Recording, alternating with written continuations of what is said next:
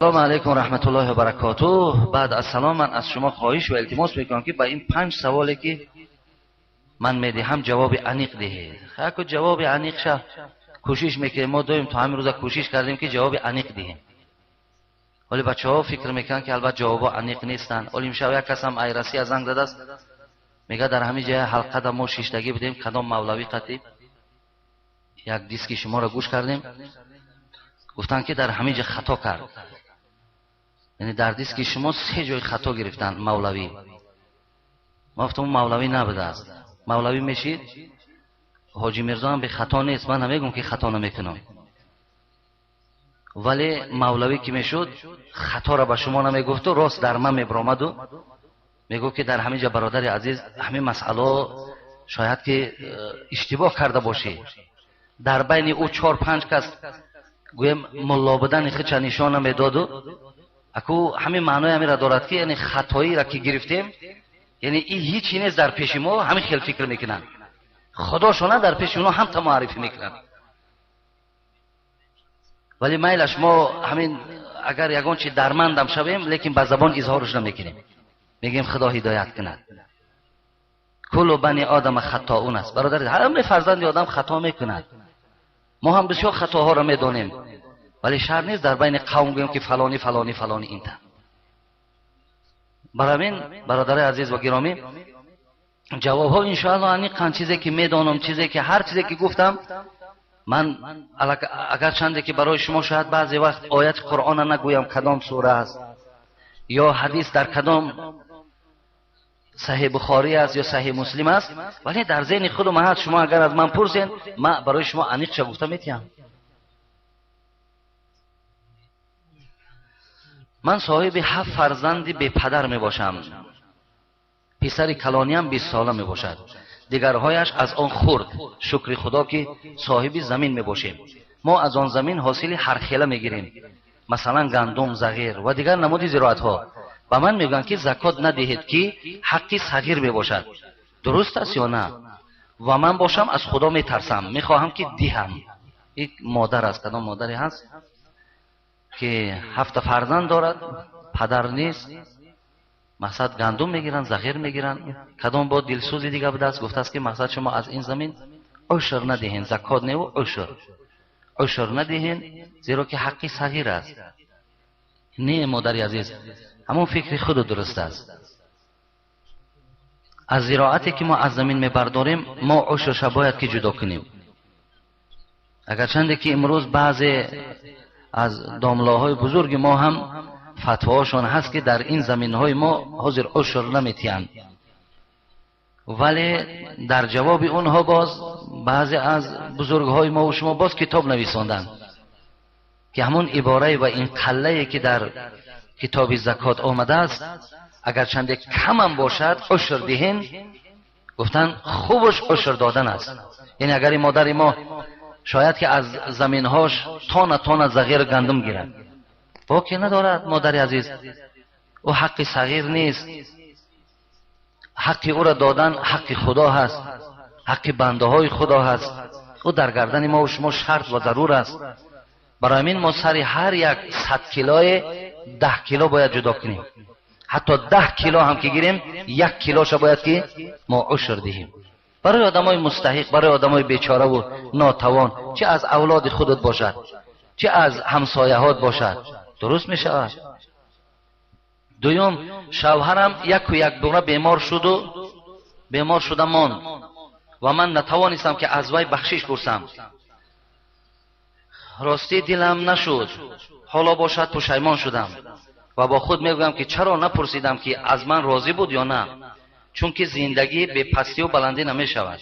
شکر خدا را به حساب میکنم که قرآن و 2 رکعت نماز در حقش میگذارم. خدا جان قبول گرداند، نمیدانم خدا جان مرا میبخشد یا نه، انشاءالله پروردگار تو را میبخشد. مثلا وقتی که مرد یک باره بیمار شد و دیگر من دلاور نشدم که از من راضی هستی یا نه. راستی بار این چیز در برابر آدم بیمار پرسیدن حاجت نیست. آدم وقتی شوهرش بیمار شود، حالت بیماری مرگ باشد، اون حالتی نیست که زنک پرسد که مردک از من راضی هستی یا نه. همین در دوام حیات گفتی همون شاعرها که بعد مردن خوابیایی خانه‌یا، یعنی ما در حیات باید که راضی گردانیم. در حیات ما خودمان از روی خدمت و از روی رفتارمان حس میکنیم که همین مردک از من راضی است یا راضی نیست، خودمان حس میکنیم.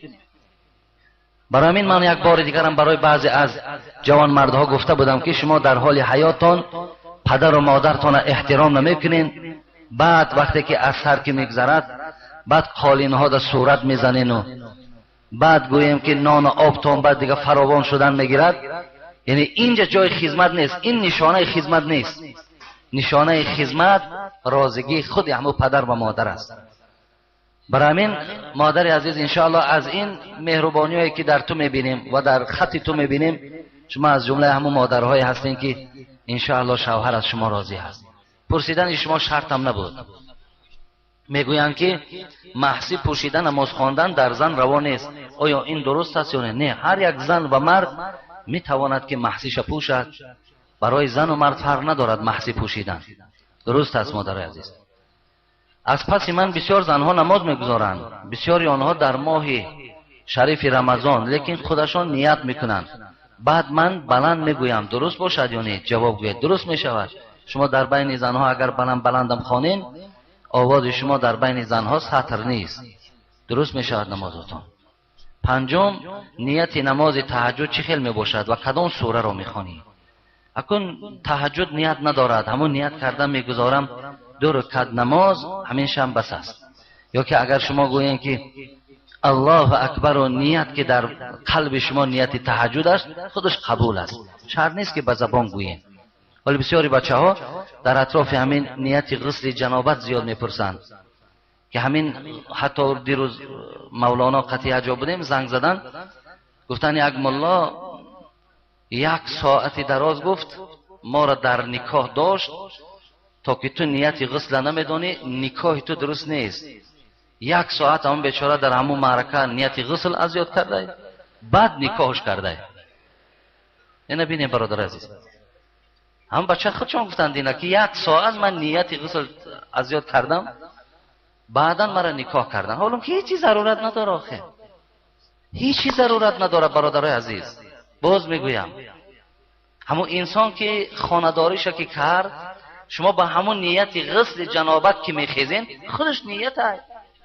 ولی شما ببینید نمازهای عید قربان در هر محله‌ای که میخوانین، ملاهاتون چی میگد؟ میگد که بچم که همون از خانه‌تون که برآمده آمدین این نیت کردن بگذارم 2 رکعت نماز عید قربان با جمله تکبیراتش که واجب این وقت است، روی آوردن به قبله دیگر. یعنی اینها را وقتی شما ندانین، امام ها میگن شما همین گویین که الله اکبر، همون قدمای زدگیتان خودش نیت است. برای همین نیت غسل که حاضر اطرافی و مقصدی قدر گویم جستجو هست،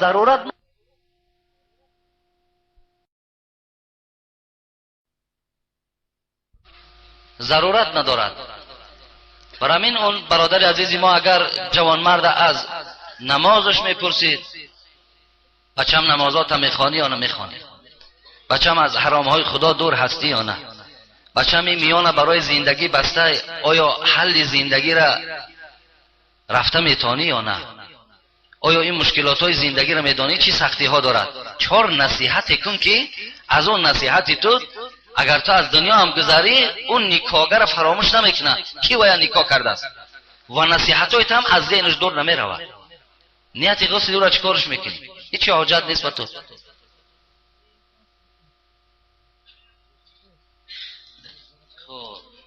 السلام علیکم و رحمت الله و برکاته. اکای حاجی مرزا، ما یک گروه مخلصان و خواهران اسلامی شما خواهش داریم با سوال ما جواب گویید. خانه را در شب رفتن و دسترخوان را در شب تکیدن جایز است یا نه؟ جایز است. در شب خانه رفتن، در شب دسترخوان را تکیدن، اینا یگان گناهی ندارند، یگان گناهی ندارند. ولی خانه روی هم به خودش باز قاعده هاش دارد، قاعده های دارد. اکن وقتش که صاحبای 4 کتاب خدا رحمتشون کنند میگفتن شب در آینه نظر کردن خطاست، چون به روز بینی تو خود روی خود رواست، همتا عباره ها میگفتن. یا اینکه میگفتن در شب خانه را نروین یا در شب دسترخوان را نتکین. اگه اون زمانا از این زمانا خیلی فرق میکنن. اون زمانا این خیلی قالین ها و این خیلی پلس های زیبا و این خیلی روشنی ها در تاری سر نداشتن و این خیلی جاروب های فسان و حاضر مردم علاقه جاروب دیگه کار نمیفرمان. حاضر پلاساس کتی همه مثال با اکثریت پلاساس میبرن، میگه جاروب دیگه نمیشه، چنگ خاک میکند فلان و فلان میکنه. مایلش این مدنیت های، این پیشرفت های. هر کس به هر چیزی که قوت امکانیت دارد کردن گیرد، باکی ندارد. برای همین لیکن فقط قاعده دارد، رفتن هم به خودش قاعده دارد. حتی شریعت دین چنان دینی هست که حتی رفتن زن در کتاب بیان کرده است که چگونه مثال زن خانه را روید. برای همین شما وقتی که خانه را جاروب میزنین، همون قاعده هایی که زنها میدانند طریقه خانه را رفتن، همونها را استفاده برین. باکی ندارد. خواهرای تازگی همه وقت خوبه، شب هم در کار، روز هم در کار، همه وقت تازگی در کار است. خب